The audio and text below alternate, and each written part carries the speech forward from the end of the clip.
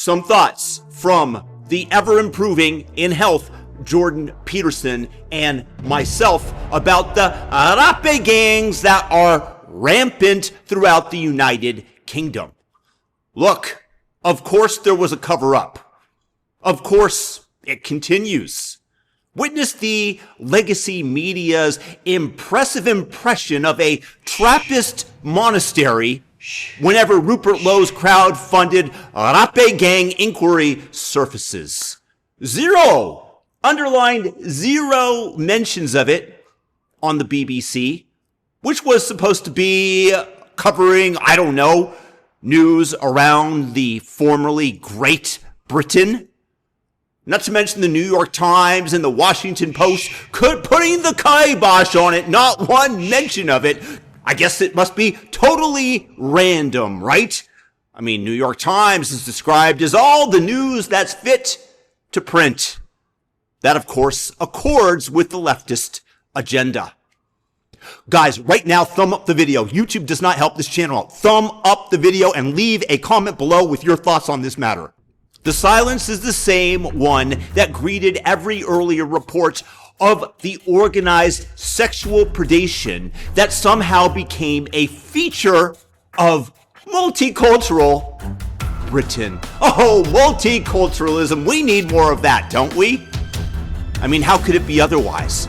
The events are so alien to ordinary Western experience and so comprehensively awful that the first human responses are naturally minimization, avoidance, disbelief, and the search for something, anything wrong with the victims to justify the intentional ignoring and poo-pooing of these vicious and evil crimes at the time that they had this response. This enables you to justify your identity as a good person despite your actions, because you find the fault with others, not yourself. This proved especially true of the modern liberal, whose untested faith in intrinsic human goodness, cultural equivalence, all cultures have merit, all are the same, and tolerance as supreme virtue, left him uniquely ill-equipped for the data that they got from running the experiment. Those sunny views, my friends, they work only inside high-trust societies, which are rare and expensive to produce and maintain. Because, my amigos, the default human condition is selfishness. The default community, tribal. I against my brothers, I and my brothers against my cousins, my brothers and my cousins against the world. That is the essence of tribalism. And it's only because of relentless carrots and sticks that turn this raw material into a high trust society. You shape it, you mold it, because immediate gratification is easy, it's fossil. Considering others and the future is hard work and takes rigorous discipline, both internally and externally applied. Actually, the fact is that high trust is a polite misnomer. What actually develops is an honest society where people say what they mean and they do what they say even with strangers. The West got there largely through a Judeo-Christian ethic that made truthfulness a matter of eternal consequence, heaven everybody, paired with a judicial system that between the years of 1500 and 1750 removed 1 to 2% of men per generation via execution for their awful deeds. And consequently, societies in the West watched their homicides rates collapse. It's not that different than El Salvador today, incarcerating 1 to 2% of its entire population in CONQUEST that were former gangbangers, taking them out of the equation, and lo and behold, crime drops. Who would have thought it, right? Of course, those do-gooders in the West, those progressives will tell you that you must have judicial reform and that criminals are the bread and butter of our society and they deserve your compassion, so let them all out of prison, especially if they're black. Look, it wasn't only Christian Europe, by the way, that created such environments. Japan achieved something similar with reputation as capital and collective neighborhood responsibility, backed, of course, by punishment via beheading and crucifixion for fraud. In both cases, honesty stopped being optional and started to, in fact, be profitable, especially versus the alternative. Fair dealing between strangers enables trade. Trade, in turn, generates wealth. Where truth cannot be assumed, every transaction becomes a costly paranoid contest, and poverty remains the human default. The incentive system moved people away from their default nature to take advantage the moment that they can, because in the end, that turns to be unprofitable on a game theoretical basis. Honesty, it turns out, is the only natural resource that actually works in societies, in countries that don't have a tremendous amount of natural resources like Switzerland, Japan, Taiwan, and South Korea. They are rich without the mineral windfalls that Venezuela and Nigeria have, which demonstrate the reverse.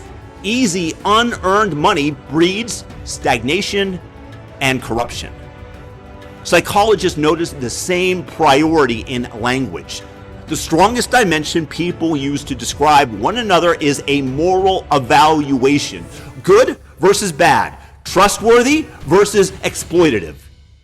Everything else is secondary.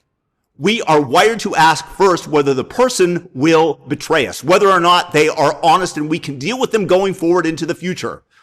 Success, in turn, unfortunately, creates its own vulnerability. When honesty and safety become the air that people breathe, they forget how rare and fragile this, in fact, is in human history. Trust slides into naivete. Empathy becomes an open invitation. An evolutionary game theory, as demonstrated in Robert Axelrod's iterated Prisoner's Dilemma tournaments, show that cooperators, in fact, generate wealth until defectors arrive, and without reputation tracking and punishment, they overrun the system in their own short-term selfish interest. At the individual level, the predators wear the faces of the dark tetrad that Jordan Peterson continually talks about. Narcissists who feel entitled to your resources. Machiavellians who manipulate. Psychopaths who act without any remorse. And the worst of all are the sadists for whom the suffering of their victims is, in fact, the reward that they seek. Now, at the group level, the older pattern reappears. The in-group alone is fully human. The out-group is legitimate prey. When personal pathology finds religious or tribal warrant, ordinary crime becomes something closer to a campaign. No one knows the exact number of native English girls sexually assaulted. Official agencies cannot even count them, partially because they hid and denied many of the accusations originally. Lowe's report offers the number of 250,000 young British girls. Baroness Williams suggested roughly 7,000 victims a year over 3 decades. That lands in the same ballpark that Rupert Lowe has laid out for us. For perspective, the rape of Nanking in China during World War II by the Japanese involved an estimated 20 to 80,000 women in 1 month of wartime atrocities. The British figure, whatever its precise size, is not a scandal, it is a catastrophe. Even the word rape understates it. And the preferred euphemisms, Asian grooming gangs, then simply grooming gangs, performed the useful work of diluting ethnic specificity and softening the organized, sustained brutality.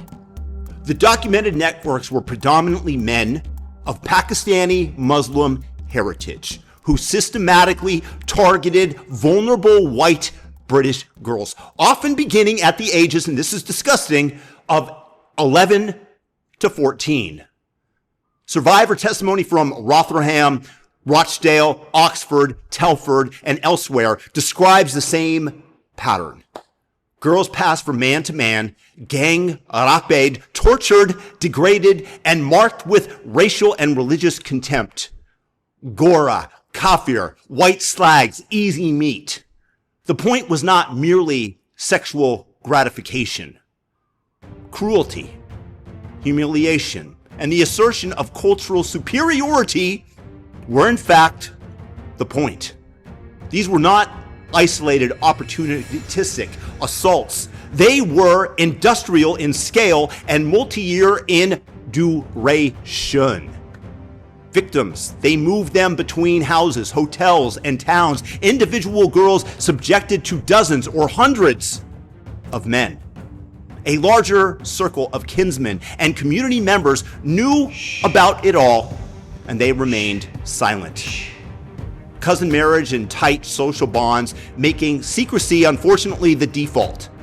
UK authorities mirrored that silence, prioritizing community relations over the children that they were paid to protect. Virtually none of the offenses were prosecuted as the racially and religiously aggravated hate crimes that they in fact were. Plainly. That is not institutional failure. That is collusion in service of an illusionary multicultural peace. The ethnic, cultural, and religious dimensions were central and not incidental. What cannot be named, cannot be understood, the polite terms, grooming, even arape, they fail. What occurred, in fact, was organized, systemic, sadistic, pedophilic sexual assault aimed at degradation and psychological destruction, justified by the presumed inferiority of the victims and their society. And I'm talking to you, England. That's what the Pakistanis that performed these actions felt about modern day England, and the fact that they could take advantage of your, not indifference, but your highbrow feelings of superiority over everyone else, that these people must be incorporated and their reality must be ignored. Look, a more accurate label is sexual conquest by these people, the ancient tribal practice of treating the outgroup's daughters as territory to be taken and spoiled, conducted under conditions of nominal peace against a host society that is far too trusting, too tolerant, and finally too frightened to say the words needed to prevent this and stop it. To refuse the cover-up is to accept that human depravity is in fact real, that cultures are not in fact interchangeable, and that the multicultural project requires scrutiny. Honest admission, my friends, forces uncomfortable questions. What does this mean for mass immigration from cultures that provided both the predators and the justificatory framework, as well as the silence from those around them? What does it mean for the multicultural experiment itself? For the resurgence of ordinary patriotism, now routinely labeled by the authorities of Britain and Keir Starmer and the Labour Party as far right, as a way to obfuscate from the abhorrent cover-up and the complicity in these ghastly crimes by British authorities. Continued official failure to deliver justice, it virtually guarantees that less temperate responses will eventually fill the vacuum. Lumping traditional patriots with actual fascists is in fact dangerous. It's a rhetorical habit that will erode the very distinctions that once kept the genuine extremists isolated. The minimum, and I mean the minimum requirements, are straightforward. The perpetrators, especially the organizers, they must face justice, unsoftened by identity considerations or community relations that the leftists will claim. And the condemnable bigotry of low expectations, that excuse offered by the leftists once again, that this is their culture, must be totally ignored. Those who knew and stayed silent, and those in the British circle of authority who chose willful blindness must also be held to account. The crime combined organized predation, sexual sadism, pedophilia, betrayal of public trust, and explicit racial religious hatred. Honestly, a more precise hate crime is difficult to invent. This was, in fact, a hate crime, like it or not, British population. Severity of punishment should match severity of the offense. In the absence of that response, an overcorrection becomes probable. But punish not only the rapists and those who quietly abetted them within their communities.